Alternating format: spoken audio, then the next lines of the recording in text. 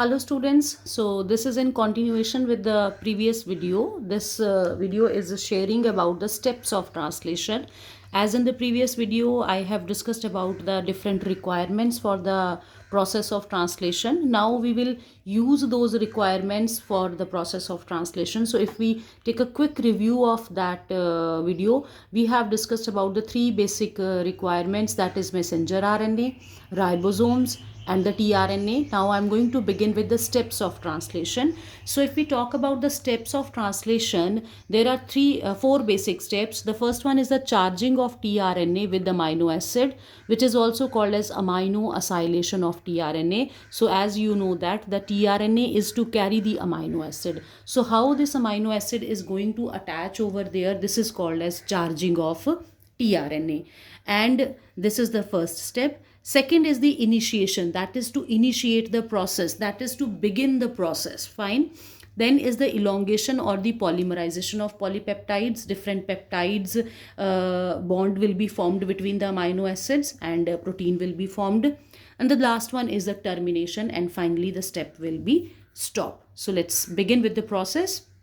The first step is charging of tRNA, which is commonly known as the amino acylation of tRNA. Beta, this is very important step. This is important from NEET as well as from your competitive exam, for your board exam. This is really very important topic. So amino acylation of tRNA means charging of tRNA. So you can see the tRNA has been charged with the amino acid. This process is called as amino acylation of tRNA. tRNA is a transfer RNA which has to transfer the amino acid from the cytoplasm to the ribosomes. So important thing is there, this process is carried out by an enzyme which is called as amino acyl tRNA synthetase, very important enzyme. And this enzyme take up the amino acid with the help of ATP. So you can see it is having amino acid binding site, it is having the ATP binding site, then it is having the tRNA binding site. So here first of all the amino acid and the ATP will come. ATP will break into AMP and the two inorganic phosphate molecules will be released. Now this amino acid is attached with AMP. After that the tRNA having the anticodon respective to the amino acid will come.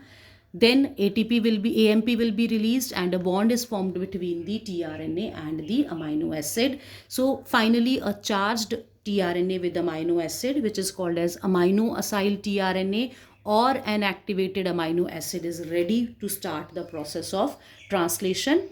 Then this enzyme is free and it is again ready to undergo the same process. So just a quick review to this step. Amino acylation means charging of tRNA, and this occur in the presence of this enzyme amino acyl tRNA synthetase and ATP. These are required.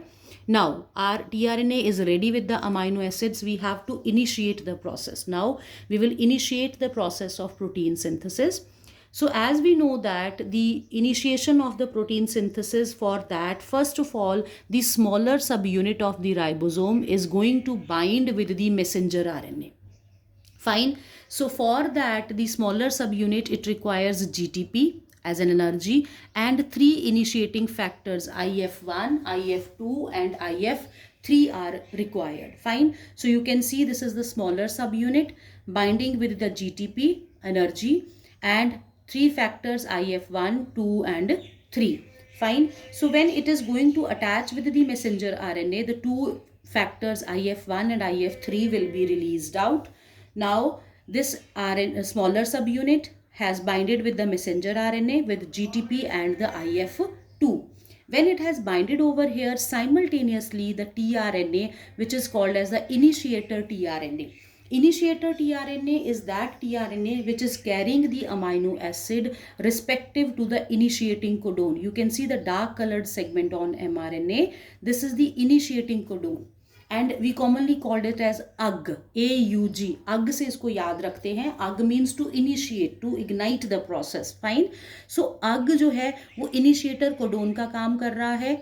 The tRNA carrying the respective amino acid. So यहाँ कौन सा amino acid है? Very important again. The amino acid is methionine.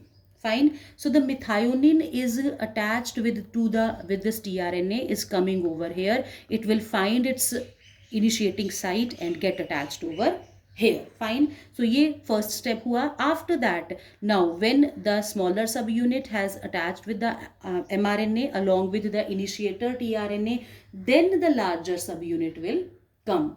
Fine. After that, when the larger subunit will come, it will attach over here. Then the GTP will break into GDP and inorganic phosphate, plus the initiator factor 2 IF2 jo hai, that will be released. Now the entire apparatus has assembled to initiate the process of the translation. So quickly revising it once again: smaller subunit attached with mRNA in the presence of GTP, IF1, IF2, IF3. IF1 and 3 is released out.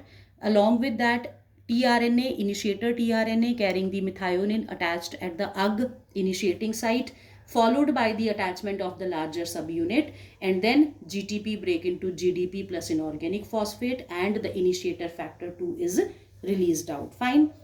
Now the apparatus has assembled to initiate, so we'll go to the second step, that is elongation, how the polymerization of proteins will occur. So for this polymerization, you can see this is the smaller subunit, larger subunit, this is the messenger RNA. Now the important thing over these larger subunit is there, it is having three sites: A site, P site and the E site. Fine. अब इनका क्या role है? The A stands for the acceptor site. Very easy to learn. A stands for the acceptor, which has to accept, which has to receive the tRNA carrying the amino acid. P site is the polypeptide site, site where polypeptide, that means protein is formed. So P, जहाँ पर polypeptide की chain, आप यहाँ देख सकते हो ये इसके साथ अटैच कर रहा है, तो यहाँ P के ऊपर ये चेन जो है ये बनती जा रही है. And E is the exit site, exit है जहाँ से फाइनली हमारा जो tRNA है after leaving the amino acid will exit out. ठीक है, तो बहुत ईजी है थ्री साइट्स लर्न करना. A acceptor, P polypeptide, E is the exit site. So now let's understand this process. First of all, this is the initiator tRNA with the methionine attached over here. Now a new amino acid carrying tRNA is coming at the A site, which is having the anticodon complementary to the codon present on messenger RNA. This tRNA is attached over here. Then we will see that the amino acid of the previous tRNA, it will make a peptide bond with the new coming amino acid. So you can see it has left this tRNA, it has attached over here. Now here in the next step, then the translocation will occur. This tRNA will move to the E site, finally exit out from the ribosome, and this tRNA carrying the two amino acid will come at the P site having a polypeptide chain. So after that another tRNA carrying the this amino acid will come, and simultaneously the process is moving on. Fine. Then the last step is the termination. Finally the process is about to terminate, is to stop. So here you can see when it reaches the stop codon. So three stop codons are there: UAG, UAA and UGA. When the ribosome they reach the stop codon on the messenger RNA, there is a release factor because they do not code for any amino acid, so no tRNA will bind. So there is a release factor which attach at the A site. As a result of this release factor, now this tRNA will be released out, this polypeptide chain of amino acid is released out, as well as the two subunits and the messenger RNA will also be released out. So this is the final step, how the process is going to stop. Now for the quick review, I have kept this slide which is explaining the entire process. So I hope you all will be answering the options A to I, and with this, just with a single slide, you will be able to find out to quickly revise this process. And here are the answers for that previous slide. You can use the help of this one to cross check your answers. Thank you.